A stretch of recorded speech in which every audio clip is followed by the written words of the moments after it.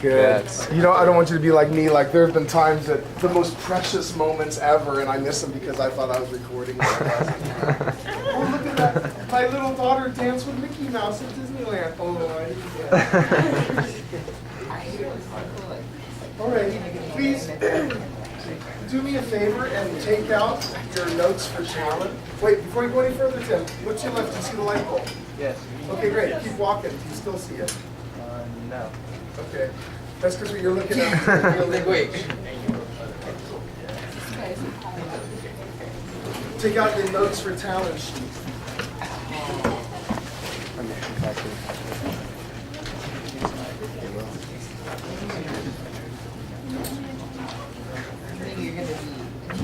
Okay.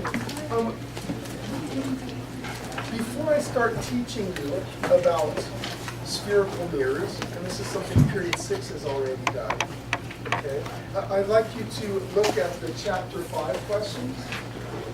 We answered, did you answer question number 1 of chapter 25 questions? Yeah. Okay, the angle, this field angle, okay. All right, then please look at number 2. A plane mirror always gives a blank image because no real light rays are present in where you think the image is. What's the answer to that? Good, please write that in. Virtual image.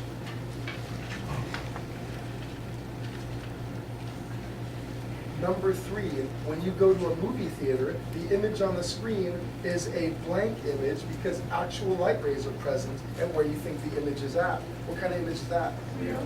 Good, write that in.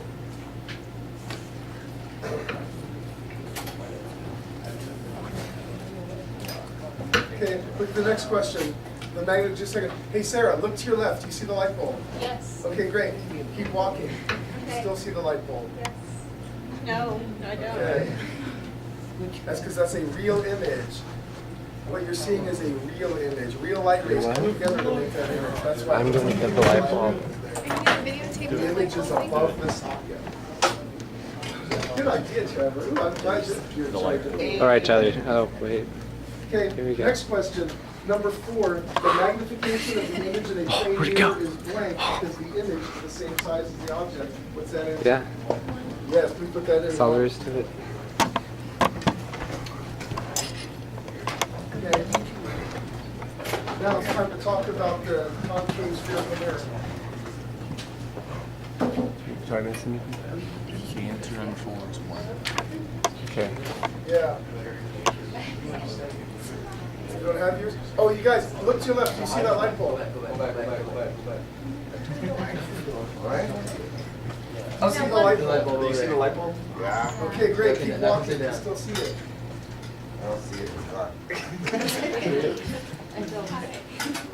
No. Deception. That's because that's a real image. Deception, not inception. Just a second. What did I do last night?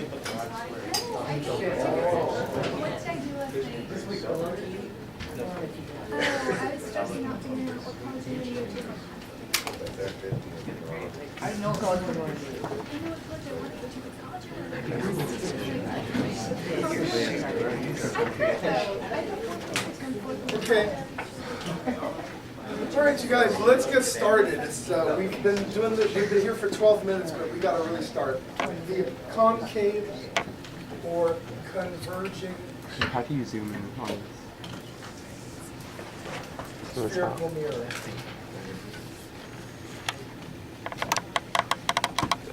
All right. I think in both classes, man, I can't remember, but in both classes, did I tell you guys why it's called a converging mirror? Why is it called a converging mirror? Good. What's special about all these light rays that converge at one point? What relationship do they have to have with each other? Yeah, they're parallel. Okay, so I want to remind you that from now on, when people walk in, don't worry about telling them about the light bulb because we can't keep interrupting the lesson. But what's special about a spherical mirror, a concave spherical mirror? By the way, do you remember what we call this horizontal line here? Okay, yeah, the principal axis.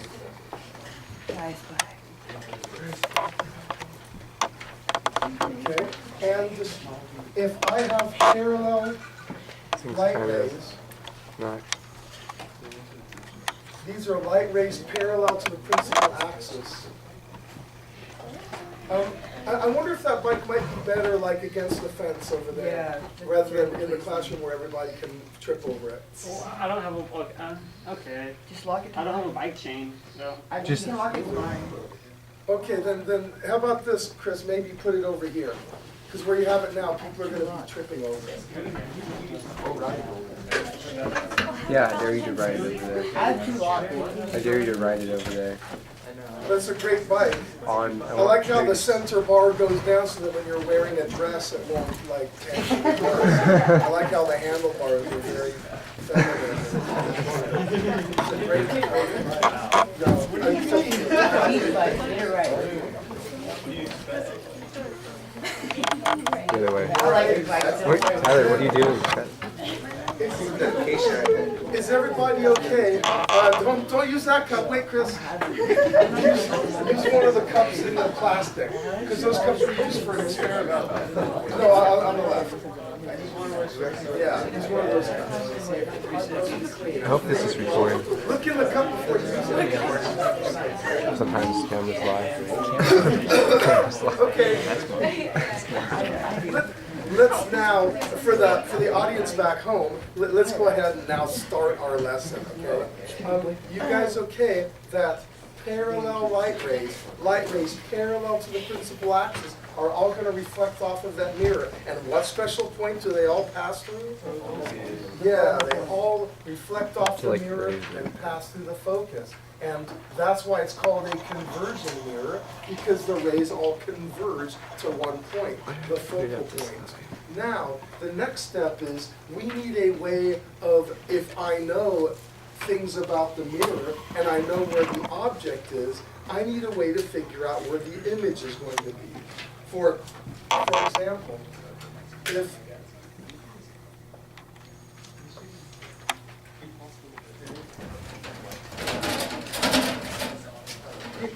here's my object, here's my mirror, okay? And I need a way to know that if my object is here and my mirror is here, the image is going to be focused over there. Not here, not behind the wall, but right there at the wall. You see, this is math. The distance between the object and the mirror, I know that. I know things about the mirror itself. I should be able to predict where the image is going to end up. You see what I mean? Right there, as opposed to, you know, over there or over there. I don't know if that wasn't a very good example. But anyway, just trust me, we've got to start doing math so we can predict where the image is going to be. So let's do that now. We're going to predict where the image is in 2 ways. Number 1, by doing ray drawings. And number 2, by using math, by using the lens maker's equation and the magnification equation. First, let's learn ray drawings. Please turn in your counting packet to the 4th page. Look at the front of the 4th page.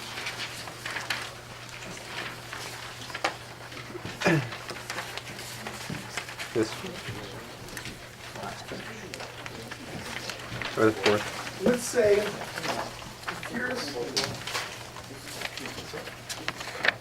here's my This page. principal axis. Here's my principal axis right there. And let's say, here's the vertex, that is where the mirror hits the principal axis. And then let's say here is my center of curvature. I'm now going to draw my little mirror. Wait. Oh, there it is. It feels weird being videotaped while doing this. It makes me realize what an inefficient teacher I am. Plus, I can't make any bad jokes. Oh, Yeah, I know. who would make the bad jokes for you? Chris, you want a donut? Okay, so here's my mirror.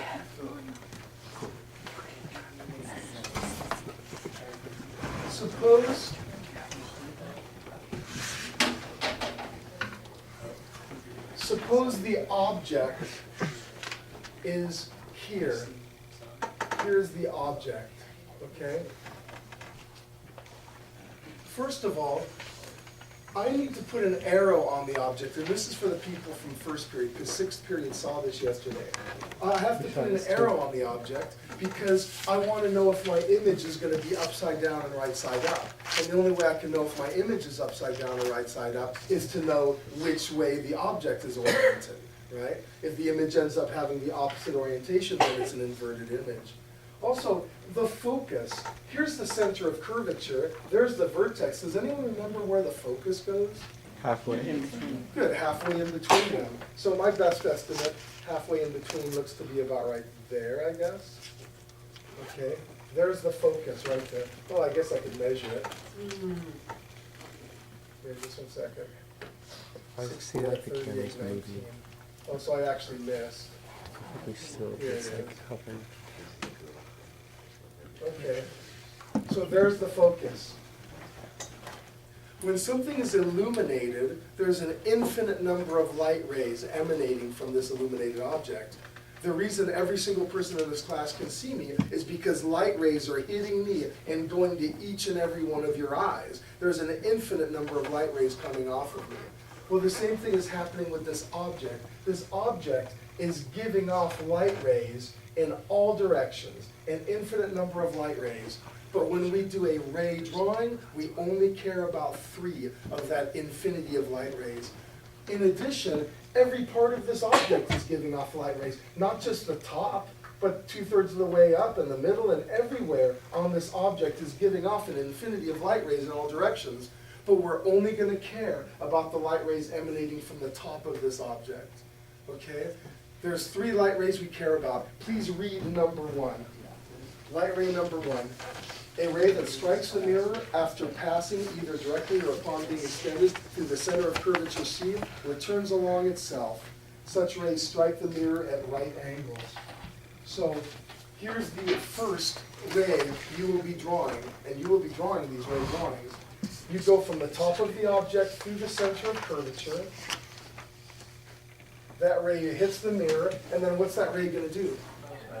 Yeah, bounce right back. That ray will just bounce right back because you know the normal line is perpendicular to the tangent, but the tangent is always perpendicular to the radius. The tangent of a circle is perpendicular to the radius. And so if I've got a light ray passing through the center of curvature, it's going to be traveling along a radius. It'll be perpendicular to the tangent line, and thus it'll travel along the normal, and there's no reflection. You know, rays that travel along the normal hit mirrors and just bounce right back. So this ray is going to go back like that. Look at number 2. This is your first ray. Look at 2. A ray that strikes the mirror parallel to its axis passes through the focal point. This is the definition of a converging mirror, where parallel rays all pass through the focus. So in this case, I'm going to say, alrighty, a ray that starts off parallel, a ray emanating from the top of the object that's parallel to the principal axis is going to hit the mirror and then reflect and pass through the focus. Are you guys okay with that? That's our second ray. Of the infinity of rays emanating from the top of that object, that's the second one we're going to care about. Look and read the third one. A ray that strikes the mirror after passing, either directly or upon being extended through the focal point, emerges parallel to the axis. This is saying that these rays can go both ways. Look at this drawing. Remember how I said parallel rays in the mirror and all pass through the focus? But what happens if I have my light at the focus? Okay? What happens if my light is at the focus? What are the light rays going to do now? Well, they're gonna emanate from the light in all directions, and they're all going to hit the mirror and bounce off in parallel lines. Right? So not only do parallel lines hit the mirror and pass through the focus, but a light at the focus will hit the mirror and come off in parallel lines. A mag light, tell me, look at that image of the mag light, which I don't know if that's showing up on, it's a very sharp image, okay? In order for me to get such a sharp image with my mag light, where do you suppose the bulb is relative to that shiny mirror behind the bulb? Yeah, at the focal point. Yeah, I'm adjusting the mag light until my bulb is right at the focal point. Then I get the tightest, sharpest image possible. And so that's what ray 3 says. Ray 3 says, hey, if you've got a ray passing through the focus, it's going to hit the mirror and reflect off parallel to the principal axis.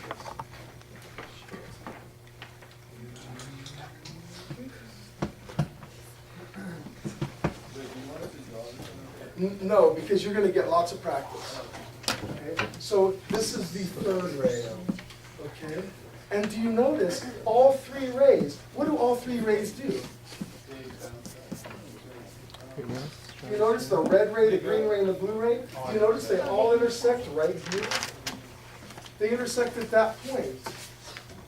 Because all of these light rays intersect at that point, that's where the image is.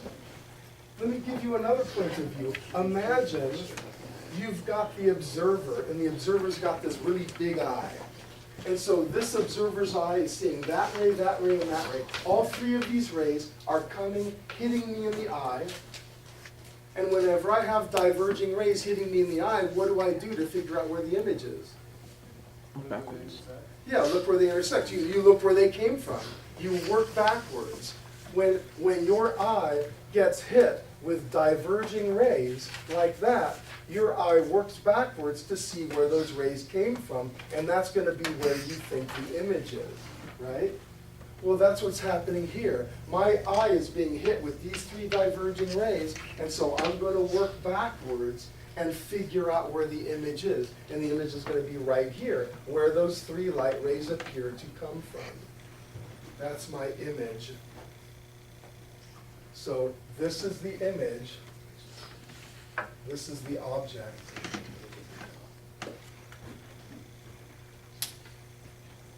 Can I ask you this question? Is this image a real image or a virtual image? Real. Real. How many people say real? How many people say virtual? Okay, it's real. Someone explain to the class, why is this a real image? Yes? Because those are real light waves creating that image. Yeah, these are real light rays coming together to create the image. This is not like what I showed you with a plane mirror, where it was dotted lines, where your eye is working backwards to see an image where light rays aren't actually present. Real light rays are hitting here. And this is the sort of thing you're seeing with that light bulb demo at the back of the class. Real light rays are coming together to make that image, and that's why it looks like an actual light bulb pushed on top of a socket. Okay, well, if you guys understand these three ray drawings, then here's what I would like you to do. On your talent sheet, the very first mirror, oh, you need a straight edge. Straight edges. I'm going to give out rulers, but if you have your own ruler, then don't use one of mine because I may not have enough. So if you have your own ruler, just use that. Who in this row needs a ruler? All four? 5 of you? Okay. Who in this row needs a ruler? All 5 of you? 2, 3, 4,